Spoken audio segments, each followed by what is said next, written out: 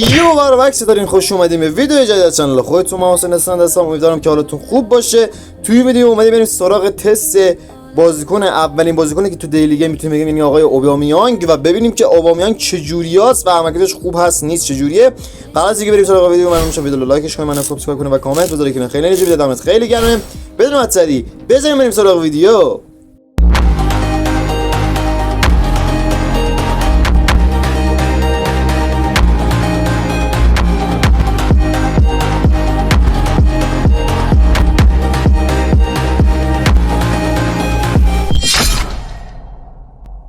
خیلی خوب آقا، ما اینجا آقای اوبامیانگو داریم. به بالا 102 رسیده، فکر کنم 103 هم بهش اگه اشتباه نکنم. من بوستری که بهش خورده اگه اشتباه نکنم چیه، بذار ببینم بوسترشو. بوسترش نمیدونم، یه بوستر جدیدیه که حالا من اسمش هم نمیدونم، خیلی سخته.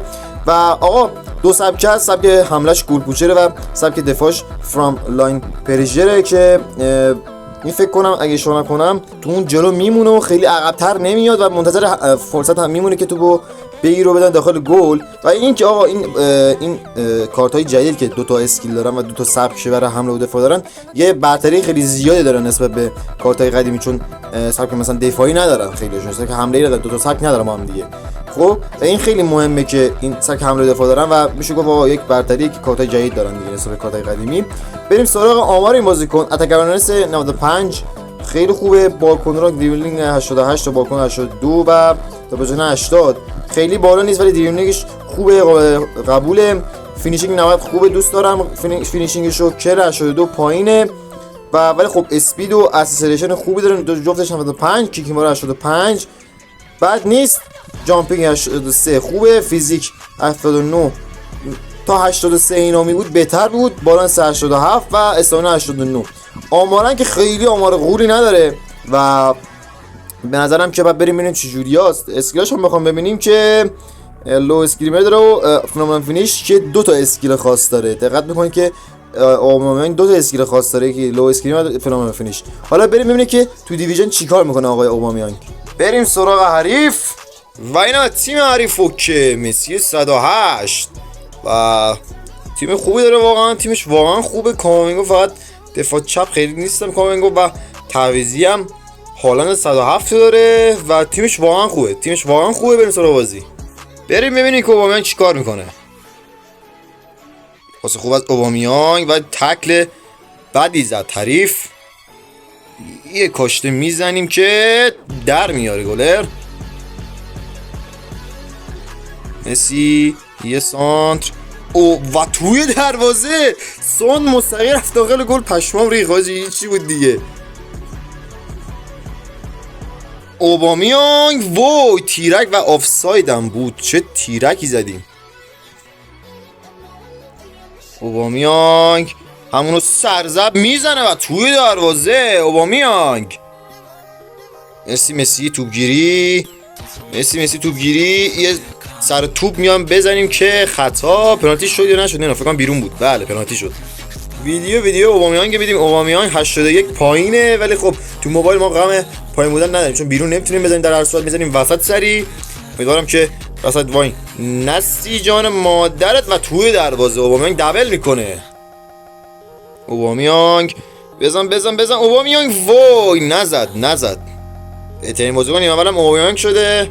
اینا از آمار نیمه اول. بریم سراغ نیمه دوم. روبرت کارلوس مسی بزن. وای چرا سرا نزد. اوبامیانگ خود اوبامیانگ سرعت خوبی داره. آلبرت فرر داره بهش میرسه. یه چرخش از اوبامیانگ یه لو اسکریمر و توی دروازه هتریک. دو نفر نتونستن توپشو بگیرن. نه دیگه بلتی دیگه شوت بزنه نه بره تو گل. گریزمان یه پاس اگر برسه میگیره اوبامیانگ و توی دروازه. گل چهارمش اگه اشتباه نکنم میزنه اوبامیانگ. ای وای مرسی. یه پاس برای آگوئرو، خود آگوئرو همونو میزنه و پاس گل از اوبامیانگ.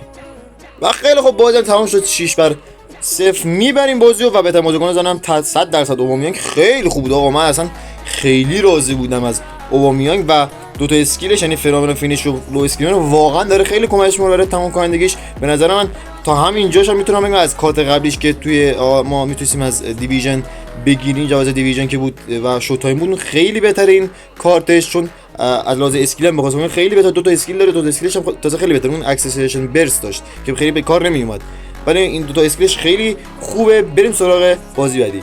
حریف بعدی و اینا تیم حریفو داریم که آقا بنازم امباپه 102 و کرویف 108. تیمش واقعا خوبه، تیمش متوسط رو به بالاه، تازه مثل بازی شروع کرده. بریم سراغ بازی.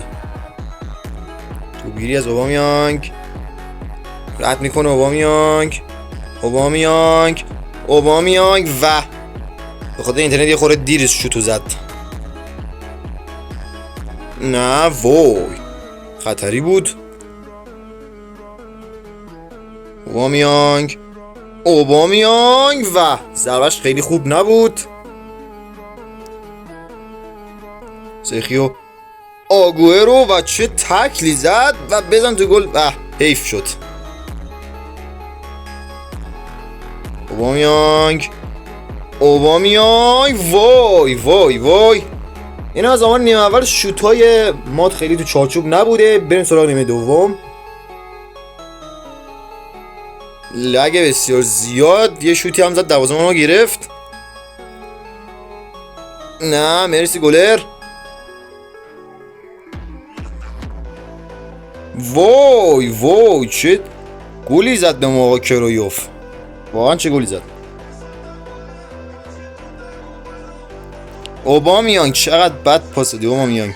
یه پاس دیگه بده. آگوئرو آفساید اگه نباشه، آفساید نبودی بگی که آفساید نبود، ولی آفساید نبود. مرسی فکر کنم آفساید بود. مرسی. و خیلی خوب بازی تموم شد 1-1. یه خورده این بازی ما شوتامون داخل گل نرفت، یه خورده بی‌دقتی کردیم و بریم سراغ بازی بعدی.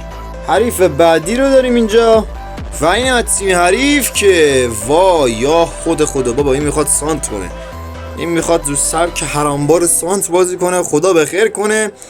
و آقا تیمش قوی نیست، کار این میخواد رو سانت بازی کنه، خدا به دادون برسه. بریم سراغ بازی. نه کولر رو بگ بابا، سانت نکنه دیگه بابا، توف تو این سبک سانت بشه. خدا یکشیدی چه حالی بهتون میده با این سبک سانت بازی میکنید. بودو اوبامیانگ بودو بزن پسر. مرسی. لگ زیادی هم داشتیم ولی خب گل زد اوبامیانگ. مرسی پسر. آفساید، بله آفسایده ولی خب گلشو زد. بودو آگوئرو بودو پسر. مرسی بیلیسکل، مرسی آگوئرو، ماشاءالله. خیلی خوب 2-1 جلوی از سبک بازی حرامبال سانتر و کاری دیگه هم حریف نمیکنه کلا، فقط میبره سمت راست، هیچ کاری دیگه نمیکنه، فقط میبره سمت راست سانت بکنه هد گل بزنه. این اصلا نمیاره وسط زمین، حتی مثلا یه بارم شوت بزنه، فقط سمت راسته. امیدوارم که بتونیم ببریم پوزه این حرامبار رو بذاریم به خاک. بریم سراغ نیمه دوم. ای وای نه مرسی. داشتیم این گل چرت و پرت میخوردیم واقعا. بزن بره کولر سر نزنه یا خدا. بده پاسو اوبامیانگ و میگیره.